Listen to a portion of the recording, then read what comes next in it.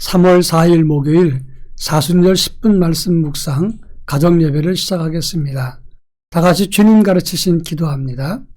하늘에 계신 우리 아버지, 아버지의 이름을 거룩하게 하시며 아버지의 나라가 오게 하시며 아버지의 뜻이 하늘에서와 같이 땅에서도 이루어지게 하소서.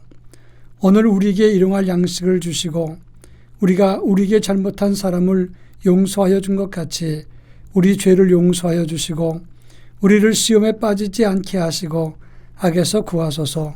나라와 권능과 영광이 영원히 아버지의 것입니다. 아멘. 찬송가 306장 죽을 죄인 살려주신 찬송가 306장을 부릅니다.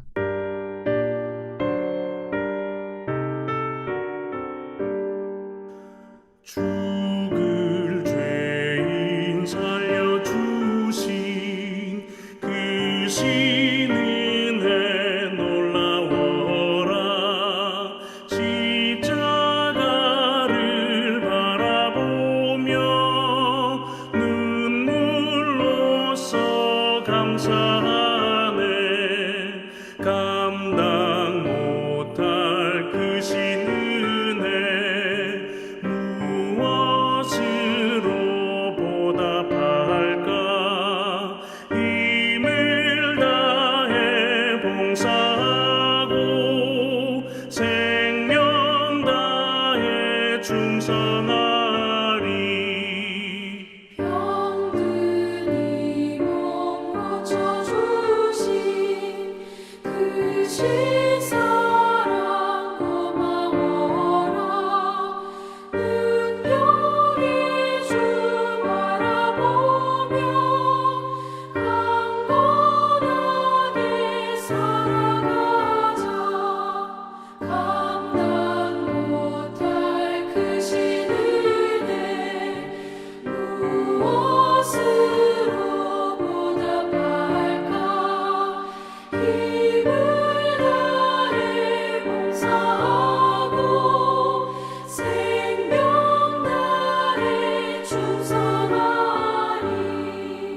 이 몸 불러 맡겨주신 귀한 사명 고마워라.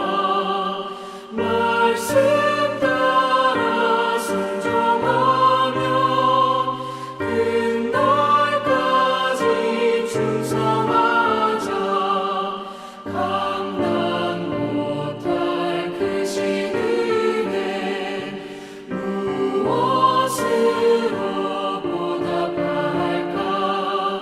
힘을 다해 봉사하고 생명 다해 충성하리. 하나님의 자녀 삼은 그 신은혜 고마워라. 생명의 주 바라보며 하늘나라 들어가리. 감당 못할 그 신은혜 무엇으로 보답할까? 힘을 다해 봉사하고 생명 다해 충성하리. 아멘.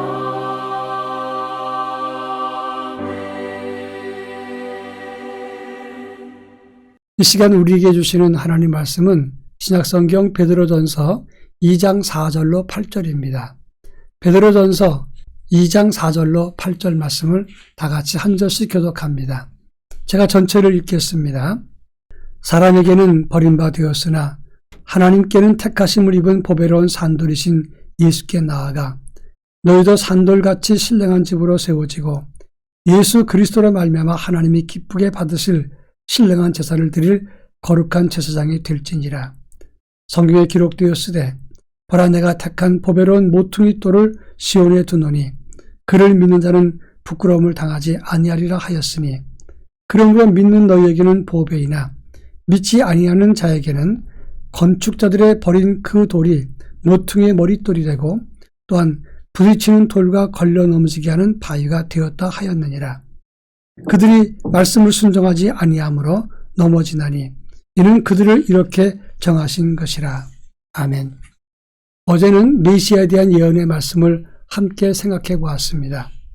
예레미야서 30장 18절 이후의 말씀을 통해서 이스라엘의 회복은 영토나 그리고 예루살렘을 건축한 일이나 하나님 백성의 번영으로 완성되는 것이 아니라 이스라엘 백성 중에서 나오실 메시아, 그 메시아를 통해서 우리가 하나님과 교제하고 하나님과 가까이 소통할 수 있을 때 우리는 참된 구원이 완성된 것이고 영성 회복이고 동시에 믿음의 회복이 이루어진 것이다. 이렇게 말씀했습니다. 오늘은 베드로전서 2장을 통해서 예수님은 교회의 머릿돌이 되신다는 사실을 함께 설명하고 나눌까 합니다. 먼저 옛날에 집을 지을 때는 건축할 때는 머릿돌이 있고 그 위에 기둥을 세우고 그것을 면으로 해서 기둥과 벽이 만들어졌다고 하는 겁니다. 마찬가지로 우리 그리스도 예수께서 건축의 머릿돌이 되신다는 말씀은 이것은 교회를 건축물로 생각했을 때 예수님은 그 교회의 가장 기준과 기초가 된다는 것을 의미하는 말입니다. 베드로전서에서는 예수 그리스도를 어떻게 설명하고 있는가 하는 점입니다. 먼저 4절에 보면 사람에게는 버림바 되었지만 하나님께는 택하심을 입은 보배로운 산돌이 되셨다. 이렇게 말씀했습니다. 여기서 사람에게 버림바 되었다는 말은 길거리에 버려진 돌처럼 하나님의 아들 예수가 이 땅에 오셨을 때 함부로 대하고 모욕하고 귀하게 여기지 않았다는 것을 의미하는 말입니다. 여러분, 예수님은 하나님의 아들이십니다. 우리를 구원하시기 위해서 하늘의 보좌를 버리시고 이 땅에 오셨던 구원주였습니다. 그렇게 성경을 많이 연구하고 하나님의 예언의 말씀을 연구했으면서도 또 동시에 예수님의 하나님의 아들인 징표를 수없이 보여주었는데도 예수님의 생애와 사역 속에서 말씀 속에서 계속해서 하나님의 아들이심을 드러내 보였습니다. 그런데 그들은 바로 종교 지도자들, 성경을 연구했던 그들이 예수님을 거절했다고 하는 것입니다. 그러나 사람들은 거절했어도 하나님은 그분을 보배로운 산돌이 되게 하셨다고 말씀했습니다.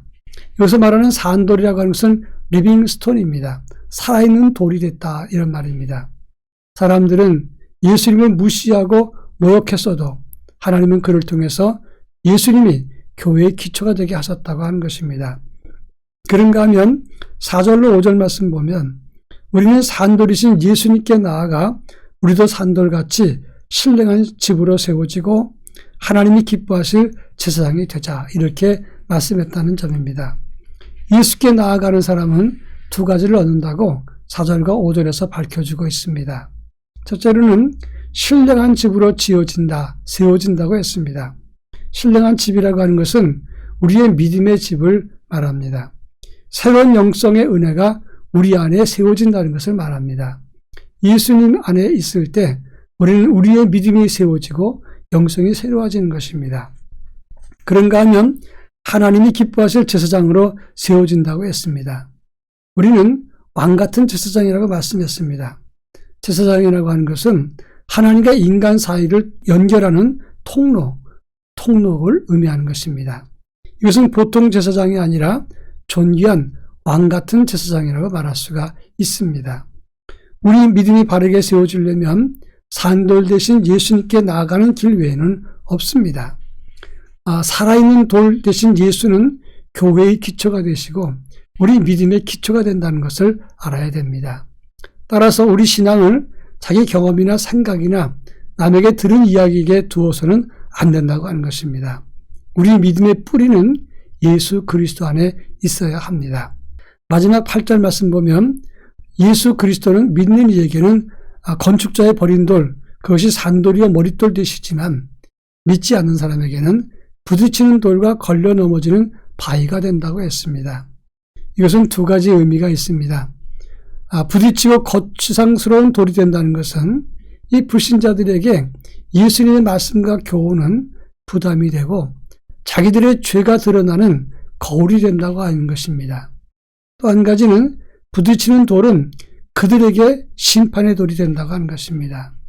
예수님의 복음은 믿는 사람에게 구원의 복음이고 동시에 믿지 않는 사람에게는 심판의 복음이 될 수 있다는 것을 알아야 합니다.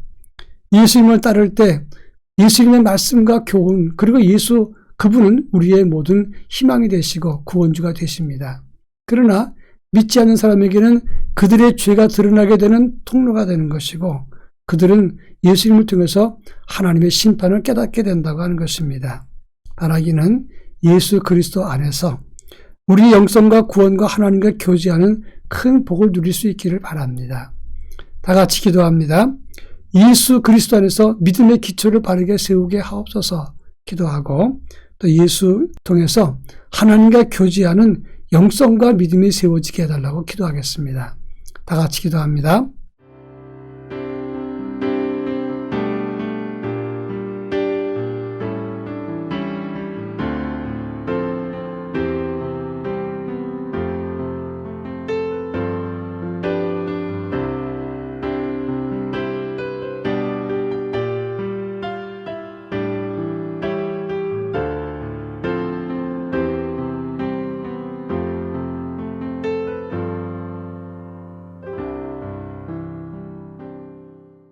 사랑 많으신 하나님 아버지, 우리의 믿음의 기초는 오직 예수뿐인 것을 기억합니다.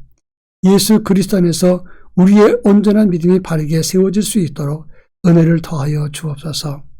그리고 예수 그리스도를 통해서 하나님과 교제하고 주께서 주시는 큰 은혜를 누리고 그리고 체험하는 그리고 하나님을 경험하고 만날 수 있는 귀한 기회가 되도록 그리스도 안에서 주님 만나게 하옵소서. 예수님의 이름으로 기도합니다. 아멘.